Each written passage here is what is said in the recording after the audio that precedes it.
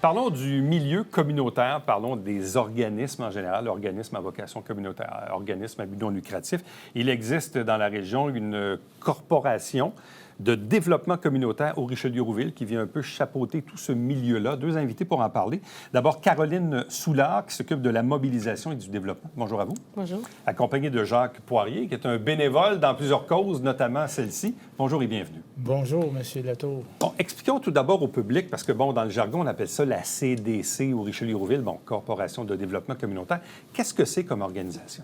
C'est vraiment un organisme qui est le regroupement, dans le fond, des organismes de la région et qui se veut un peu le porte-parole du milieu, qui va jouer un rôle de rassembleur. Il va aussi offrir des services à ses membres, des services comme de la formation, du soutien en cas de situation problématique ou vérification d'informations. Nous, on est en lien avec notre regroupement de CDC au national et des fois, on a aussi de l'information privilégiée, là, donc on peut transmettre à nos membres. Donc, ça part d'une organisation nationale, provinciale, dans laquelle ensuite il y a des détachements locaux comme le nôtre, c'est bien ça? Oui, notre CDC est quand même un organisme autonome et indépendant, okay. Mais on est vraiment en lien avec notre regroupement au national.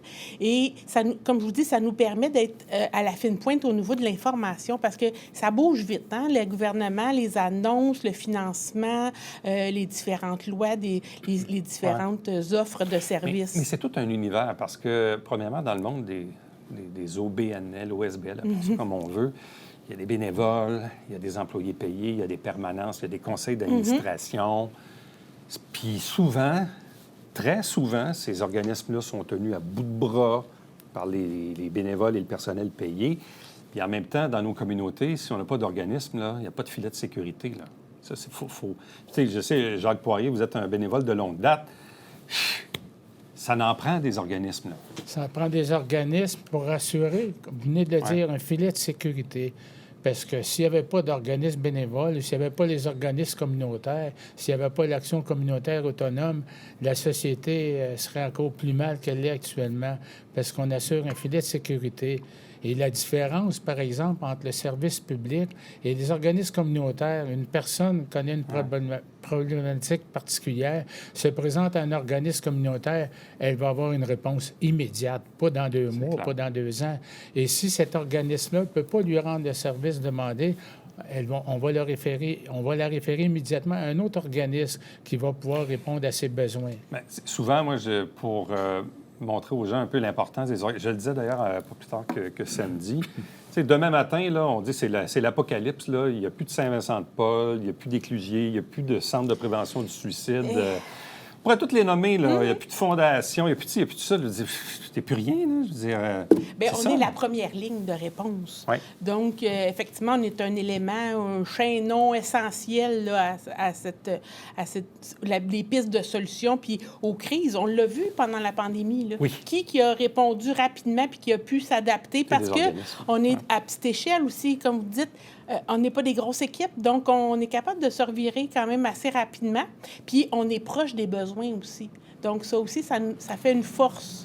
Il y a combien d'organismes qui sont membres du regroupement, en fait, là, de la corporation? Jacques a vérifié les chiffres, même ils m'ont étonné moi-même. 96 organismes dans la région, dont 75 qui sont membres de la CDC. Donc, c'est vraiment un environnement, là, tu sais, qui touche beaucoup d'enjeux puis beaucoup d'aspects de la vie. Ça, c'est beaucoup de bénévoles, c'est beaucoup de conseils d'administration, des présidents, des vice-présidents, des secrétaires, des trésoriers, des administrateurs et des employés aussi, et forcément des clients. Effectivement, dans les 96 organismes dont on vient de parler, 96 organismes bénévoles de l'action communautaire autonome dans le Haut-Richelieu-Rouville, il y a plus de 600 employés et plus de 3000 bénévoles.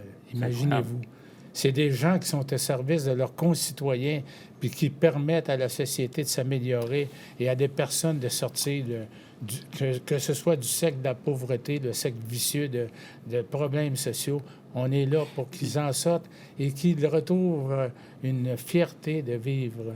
Souvent, même, on fait le calcul, on dit, bon, 3000 bénévoles, S'ils font, je sais pas moi, 200 heures de bénévolat dans l'année, mettons ça à 20 $ de l'heure, c'est beaucoup d'argent. Oui, c'est une force humaine là, qui est vraiment très importante, puis qu'on n'a pas les moyens de payer, mais que leur engagement fait toute la différence dans les actions qu'on peut faire au quotidien. Parce que c'est sûr que les organismes communautaires se sont quand même professionnalisés dans les dernières décennies, je dirais, mais l'action bénévole, l'engagement social, la solidarité des communautés est quand même un élément essentiel de ce succès-là, puis de l'importance de la ramification des services. Parce qu'évidemment, il y a beaucoup de volets. Bon, la violence, la santé mentale, l'aide alimentaire, les itinérants dont on parle. Mais tu sais, je reviens à l'exemple que je donnais tantôt, parce qu'une société qui n'a pas ce filet social-là, bien là, on va avoir des barbelés alentour de nos maisons puis des gardes armés. Là. C'est un peu ça aussi. C'est un choix de société d'avoir ces organisations-là qui sont en première ligne pour aider des fois les plus démunis, les gens qui ont des besoins d'aide parfois momentanés ou perpétuels. Ça amène une sécurité à tous, Jacques Poirier. Mais c'est une société qui étoufferait s'il n'y avait pas les bénévoles, s'il n'y avait pas les organismes communautaires, parce que c'est le poumon de la société, réellement. C'est ce qui permet, heureusement, à la société de s'améliorer malgré la période difficile que l'on vit partout dans le monde, pas seulement au Québec et au Canada. Les organismes...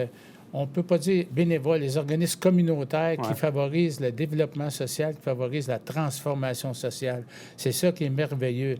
Et moi, j'ai déjà vu, pour être bénévole et avoir travaillé auparavant comme directeur d'un organisme communautaire, ici même à Saint-Jean-sur-Richelieu, des personnes qui avaient reçu des services de cet organisme et qui maintenant donnent au suivant sont devenues bénévoles dans ce même organisme pour aider d'autres personnes qui maintenant ont besoin de leur soutien. Il y a une autre terminologie aussi qu'on utilise parfois quand on parle des organismes ou du milieu communautaire, c'est le terme économie sociale. Parce qu'en même temps aussi, ces organisations-là sont des bébés entreprises, là, même des fois assez grosses, là, qui ont quelques millions là, de revenus dépenses. Donc, on tombe dans le volet de l'économie sociale. Bien, oui, puis quand Jacques dit 600 employés, là, c'est parce que, dans le fond, c'est un rouage aussi de notre économie locale. Donc, ces gens-là, ils habitent dans la région, ils dépensent dans la région. Donc, c'est un aspect important. Puis les organismes, c'est aussi des citoyens corporatifs. Donc, ils louent des locaux, ils achètent des services. Donc, ça, c'est un aspect qui est souvent comme négligé. L'impact socio-économique du communautaire. Là. Quel est un peu l'objectif de votre démarche à ce moment-ci? Évidemment, parce qu'on entend occasionnellement parler de la CDC, là, on en parle aujourd'hui. Quel est un peu l'objectif de votre démarche à ce moment-ci? Bien, le but de la démarche, c'était de parler. Nous sommes, moi comme bénévole, citoyen bénévole, je suis membre d'un comité de la CDC qui s'appelle le comité Rayonnement. C'est justement pour faire connaître la CDC, faire connaître les organismes communautaires de la région. Et vous savez, du 14 au 20 avril, nous y sommes très bientôt. C'est la semaine d'action bénévole. Ouais. Alors, c'est aussi pour reconnaître les bénévoles et aussi, évidemment, les personnes rémunérées dans les organismes communautaires. Mais s'il n'y avait pas toutes ces personnes-là, on leur a dit notre société sera encore plus malade qu'elle ne l'est actuellement. Ouais. Nous favorisons justement un filet social, nous leur donnons, nous permettons aux gens de retrouver la fierté d'être elles-mêmes dans la société, puis de jouer un rôle positif dans la société. C'est ça, dans le fond, le rôle de la CDC, le rôle des organismes communautaires autonomes. Vous faites allusion au personnel rémunéré, là, les 600 dont on parlait il y a quelques instants à peine. Puis on va se le dire, là, c'est un choix de travailler dans un organisme à but non lucratif parce que très souvent, tu as un salaire un peu moindre que tu aurais dans le privé, dans une job comparable. C'est la réalité. Là. Oui. C'est vraiment un choix de vie, un choix souvent de conviction. Ouais. Et c'est un défi pour le milieu communautaire, la question de la relève. Surtout avec la pénurie actuelle. Effectivement. Ouais. Puis, avec les besoins, les grands besoins du système de santé et services sociaux qui drainent quand même une partie là, de notre personnel. Donc, on a à se renouveler. Et justement, à à la CDC, nous sommes en démarche depuis plus d'1 an pour réfléchir avec nos membres sur comment on peut être un employeur de choix, comment on peut rayonner, qu'est-ce qu'on offre de plus ou de différent pour attirer, pour être dans le fond, attrayant. Exactement. C'est sûr que si tu as un job à 75-80 000 par année, là, tu as le fonds de pension, les assurances, puis tout le kit, tu te dis, OK, mais pourquoi je vais aller travailler pour 15 000 de moins dans un organisme alors que je n'aurai pas ce Donc, je dis que c'est un choix de vie. Oui. Mais c'est un aspect important. Il y a effectivement un choix parce qu'on offre des fois une qualité de vie plus intéressante, un horaire plus flexible, un environnement de travail agréable. Mais l'aspect quand même d'avoir des bonnes conditions de travail, c'est un aspect que nous, tu sais, quand je vous dis qu'on a comme aussi un message par rapport à nos membres, bien, la CDC, on valorise ça, que chaque groupe réfléchisse à offrir des bonnes conditions de travail, d'offrir une assurance santé, d'offrir un fonds de pension. Maintenant, il y en a un collectif au niveau de la province. Donc, ça, c'est vraiment des choses qui se travaillent, évidemment. C'est pas un coup de baguette magique, c'est d'année en année, mais c'est un aspect qui est vraiment important pour nous. Là. On ne veut pas être du cheap labor. Exactement. Mais puis l'autre chose aussi, puis c'est drôle parce que quelqu'un me disait ça ce matin, oui, l'argent, c'est super important, on en a tous besoin, bon, c'est correct.